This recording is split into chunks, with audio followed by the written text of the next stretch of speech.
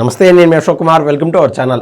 ముద్రగడ్డ పద్మనాభరెడ్డి మరోసారి తన మేధస్సుకి పని అప్పగించాడనమాట. ఈరోజు జరిగినటువంటి వ్యవహారం ఏంది? మొన్న అంబటి రాంబాబు ఆయన కావాలని అంటే పూర్తిగా జగన్మోహన్ రెడ్డి గారి డైరెక్షన్లో రాష్ట్రంలో కులాల కుంపటి పెడదామని చెప్పి మొన్న ఆ మధ్య రాజంపేట నుంచి పోటీ చేసినటువంటి సుభాష్ సుబ్రహ్మణ్యం ఎవరైతే కాపు వ్యక్తి ఉన్నారో ఆయన పార్టీలోకి తీసుకోవడం, ఇలా పూర్తి స్థాయిలో కాపుల్ని ఒక సెక్టర్గా అంటే ఒక గొడుగు కింద చేర్చి వీళ్ళని కమ్మోళ్ళు కావచ్చు, లేకుంటే టీడీపీలో ఎవరైతే బలమైన నాయకులు ఉంటారో ఇలా వాళ్ళపైన ఉసిగొలిపి ఇద్దరి మధ్య ఏ విధంగా అయితే విజయసాయిరెడ్డి చెప్పినట్టు కమ్మలకి కాపులకి మధ్య కాన్ఫ్లిక్ట్ తీసుకురావాలా. ఇదే క్రమంలో అటు సిబిఎన్ గారికి ఇటు పవన్ కళ్యాణ్ గారిని కనుక విడగొట్టేస్తే నెక్స్ట్ ఎలక్షన్స్లో మీకు పూర్తి స్థాయిలో లబ్ధి చేకూరుతుందని చెప్పి అటు విజయసాయిరెడ్డి లాంటి వాళ్ళు బయట నుంచి లవ్ లెటర్లు రాయడము, ఇంకా ఇదే క్రమంలో జగన్మోహన్ రెడ్డి గారికి దగ్గరటువంటి ఇంటెలిజెన్స్ వారు కూడా వీళ్ళిద్దరు కన్నా కలిసి ఉంటే ఎటు పక్షంలో జగన్మోహన్ రెడ్డి గారు కనీసం విపక్షం కూడా ఉండేటువంటి అవకాశం లేదు, 1-2 సీట్లకు పరిమితం అవుతారని చెప్పి మొన్న ఇచ్చినటువంటి ఇండియా టుడే సర్వే వారు కూడా క్లారిటీగా చెప్పినారు. 24 సీట్లు ఈసారి ఎన్డీఏ కూటమి ఆంధ్రప్రదేశ్లో గెలుస్తుంది. జగన్మోహన్ రెడ్డి గారు మ్యాక్స్ టు మ్యాక్స్ 1 సీటుకి పరిమితం అవుతారు.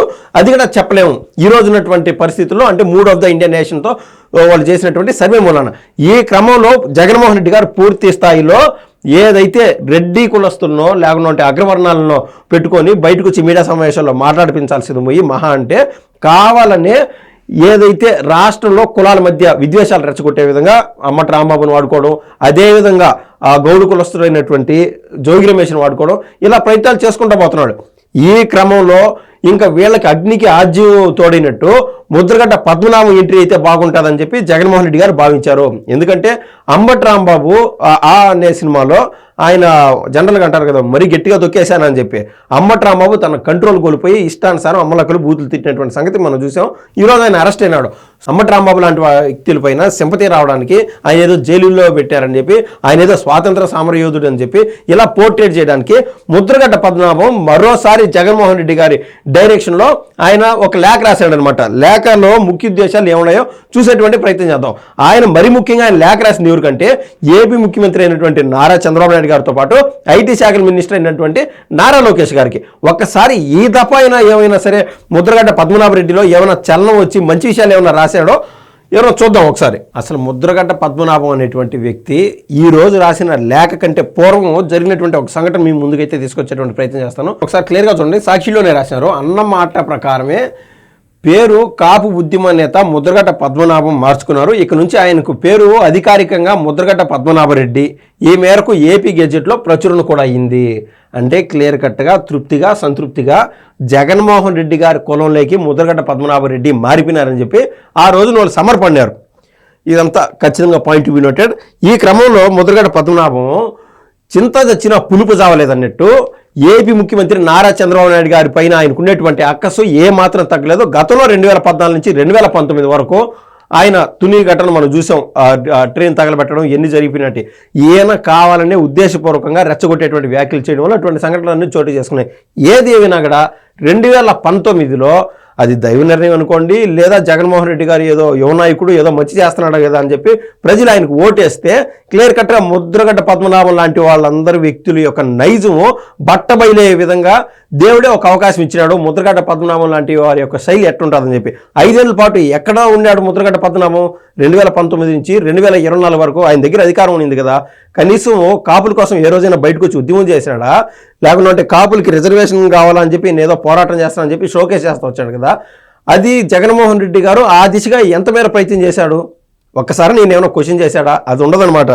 ఏదేమైనా కూడా ఈరోజు మళ్ళీ ముఖ్యమంత్రి పొజిషన్లో నారా చంద్రబాబు నాయుడు గారిని చూసి తట్టుకోలేక ముద్రగడ్డ పద్మనాభరెడ్డి తనకున్నటువంటి అక్కసు ఏ విధంగా వెళ్ళగట్టినాడు చూడండి. ఈ మధ్య గాడి తప్పిన రాక్షస పాలనలో దాహన కాండ చూస్తున్నానండి. దీన్ని కన్నా గౌరవ ప్రధానమంత్రి గారిని కోరి మీరు ఆంధ్రప్రదేశ్ రాష్ట్రానికి ఎమర్జెన్సీ పెట్టమని అడగండి. దీని ద్వారా ప్రతిపక్షానికి మీ పదవి కాలం అయ్యే వరకు జైల్లో పెట్టడానికి ఉపయోగపడుతుందని నా బలమైన అభిప్రాయం. అది ఏమంత రావణ కాష్టం అవుతుంది? ఎవరు అన్నారు? ఏమవుతుంది? ఏడా నిన్న అంబటి రాంబాబు అన్నాడు, జోగి రమేష్ అన్నాడు. ఇంకా వాళ్ళని ఇంకా జైల్లో పెట్టకుండా ఏం చేయాలా? పిచ్చి కుక్కలు మన ఊర్లో తిరుగుతూ ఉంటాయి సహజంగా. వాటి అట్నే వదిలేస్తారా? పాపం అని చెప్పి వదిలేస్తారా? ఎత్తపోయి మున్సిపాలిటీ వాళ్ళు ఎత్తుకొని తీసుకెళ్ళిపోతారు. ఉండిరు కుక్కలు కానీ ఎత్తుకొని పోతారు. అదే జరిగింది. దానికి నీకు కలిగినటువంటి బాధ ఏంది ఇక్కడ? ఇంకా మాజీ మంత్రులు రజనీ గారిని, అంబటి గారిని, జోగి రమేష్ గారిని, ఆ పదాజాలం చూడండి. మాజీ మంత్రులు ఒక పక్క విడదల రజని, మరో పక్క అంబటి రాంబాబు, జోగి రమేష్, ఎలాంటి వాళ్ళకి మంత్రి పదవులు ఇచ్చాడా జగన్మోహన్ రెడ్డి గారు? మీరే అర్థం చేసుకోండి సార్. ముద్రగడ్డ పద్మనాభరెడ్డి గారు వీళ్ళందరినీ ఘోరాతి ఘోరంగా అవమానించడం ఎంతవరకు న్యాయం అండి? ఎవరిని అవమానించారు? వీళ్ళు అదే రోడ్డుపైకి వచ్చి నేను అన్నట్టు పిచ్చి కుక్కలు మాత్రం ఇష్టానుసారం అరుస్తూ ఉంటే ఏం చేయాలా? వదిలేయాలనా? ఇది క్యాన్సర్ వ్యాధి లాగా వీళ్ళు నలుగురు రెచ్చగొట్టేస్తారు. తిరిగి వాళ్ళు వీళ్ళు ఏమన్నా అంటే మా కులాల పైకి వచ్చారు, మా కులం జోలు వచ్చారని చెప్పి అది ఇది అంటారు. అదే జరిగింది. ఈ మాదిరి కులాలను వాడుకుంటున్నారని చెప్పి వంగవీటి రంగా కాపుసేన క్లియర్ కట్గా ఒక ప్రకటన విడుదల చేసింది. ఈయన పెద్ద ప్రబుద్ధుడు కాదు అంబటి రాంబాబు, ఆయనకి మా కులానికి సంబంధం లేదు, మా కులం పేరైతే వాడుకునేదానికి వీలే లేదు, అవసరమైతే తనకి ఏమైనా వ్యక్తిగత చరిష్మా ఉంటే ఆయన వాడుకోవచ్చు. కానీ ప్రతిసారి రంగా గారి పేరు తీసుకురావడము, రంగా గారికి నేనే అసలైన వారసుడు అని పోర్ట్రేట్ చేయడము, తద్వారా ఆయనకు ఉన్నటువంటి ఫేమ్ ఏదైతే ఉన్నదో వంగవీటి రంగా గారికి అది తగ్గించే విధంగా మీ యొక్క కుటీల యత్నాలు ఉన్నాయి, దయచేసి అది మాంత్యం మంచిదని చెప్పి క్లియర్ కట్గా కాపు నేతలే ఒక ప్రకటన విడుదల చేశారు. దాన్ని చూసైనా సిగ్గు తెచ్చుకోవాలి వీళ్ళు. ఇవాళ కావాలి తప్పులు చేసేది, కులాల పేరు వాడేసుకునేది. ఈ క్రమంలో దేశంలో ఏ రాష్ట్రంలో అయినా మీలాంటి పాలన ఎక్కడైనా ఉందా అండి? తిరుపతి లడ్డూలో నెయ్యి కల్తీ జరగలేదని సిబిఐ వారు రిపోర్ట్ ఇవ్వడంలో మీరు చెప్పింది పచ్చి అబద్ధాలు తేలిపోవడం వల్ల ఈ అబద్ధాన్ని కప్పిపుచ్చుకోవడానికి పడుతున్న పాటలు అంతా ఇంత కాదండి అని చెప్పినాడు. సిబిఐ వారు ఏడన్నా కల్తీ జరగలేదని ఏమన్నా చెప్పినారా? కల్తీ పూర్తి స్థాయిలో జరిగింది. 250 కోట్ల రూపాయలు పంది కుక్కలాలా తినేశారని చెప్పి క్లియర్ కట్గా చెప్తే చదువుకున్న వాళ్ళు, బయట అక్కడక్కడ అడపాడప ఉద్యమం చేయాలనుకున్న వాళ్ళు, చేసిన వాళ్ళు కూడా మీరు కూడా ఈ మాదిరి ప్రజల్ని తప్పుదోవ పట్టిస్తూ ఉంటే అసలు ఏమన్నా సమంజసమా ముద్రగడ్డ పద్మనాభరెడ్డి గారు? ఇంకా ఒక మాట చంద్రబాబు నాయుడు గారు మా తండ్రి గారు అప్పుడప్పుడు మాట్లాడుకున్నప్పుడు ఎప్పుడు అబద్ధం ఆడవద్దు, ఒక అబద్ధానికి 100 అబద్ధాలు చెప్పి సరిచేయలేమో జాగ్రత్త అని చెప్పేవారండి. ఈ రోజున మీరు ఆడిన అబద్ధం మీరు మీ పార్టీలో ఎంత నష్టపోయిందండి? నష్టపోయిందల్లా వైసీపీ. దాన్ని ముసిగేద్దామని చెప్పి సిబిఐ వారు ఇచ్చినప్పుడు రిపోర్టుల నుంచి రాష్ట్రంలో ఏదో ఒక అలజడి సృష్టిద్దామని చెప్పి మీరు చేస్తున్నటువంటి ప్రయత్నాలు అంతా ఇంత కాదు, ఇంకా తారాస్థాయికి వెళ్ళిపోయింది. ఇది మీ ఫ్రస్ట్రేషన్ ఆ లెవెల్కి వెళ్ళిపోయింది. మీరు కాస్త గమనించుకోండి ముద్రగడ్డ పద్మనాభరెడ్డి గారు. ఆ రోజున ఇది మీరు పేరెందుకు మార్చుకోవాల్సి వచ్చింది? ఆ రోజున మీకు గుర్తుందా?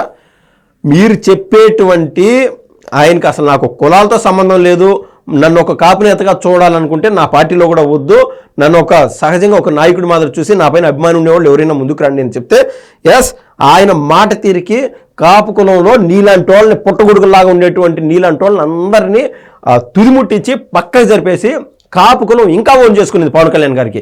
నిజమైన నాయకత్వం అంటే అట్లుండాలి. కానీ అటువంటి పవన్ కళ్యాణ్ గారిని మీ కంట్లో నలుసు మాదిరి ఉన్నారని చెప్పి ఎంతలే పవన్ కళ్యాణ్ ఎంతలే ఆయన నన్ను పోల్చొద్దని అని చెప్పి మీరు మాట్లాడినటువంటి మాటలు ఎంత చీప్గా మాట్లాడినారు. మీరేమైనా మర్చిపోయినారు మిస్టర్ ముద్రగడ్డ పద్మనాభరెడ్డి గారు? పవన్ కళ్యాణ్ గారిని మీరు మాట్లాడినటువంటి మాటలు ఏమైనా మర్చిపోయినారో? గుర్తుందా అసలు ఏమన్నారో? ఆయన స్టాండ్ లేనటువంటి నాయకుడు రకరకాలుగా చెప్పినారు. నీలాంటి వాళ్ళ మాటలు ఇని భరించి శివుడు కదా విషయం కంట్లలో పెట్టుకున్నట్టు భరించి మన కులస్తుడే కదా ఆయన ఏమన్నా అంటే కావాలని మళ్ళీ కులాల కుంపట్లు రెచ్చగొడతారని చెప్పి అస్సలు నీలాంటి వాళ్ళు లైట్ కరివేపాకు మాదిరి తీసి పక్కన పెట్టి తన పని తాను చేసుకుంటా పోయి ఈరోజు 21 ఎమ్మెల్యే సీట్లు పోటీ చేస్తే 21 ఎమ్మెల్యే సీట్లు గెలిచారు పవన్ కళ్యాణ్ గారు. అది ఆయన నైజం.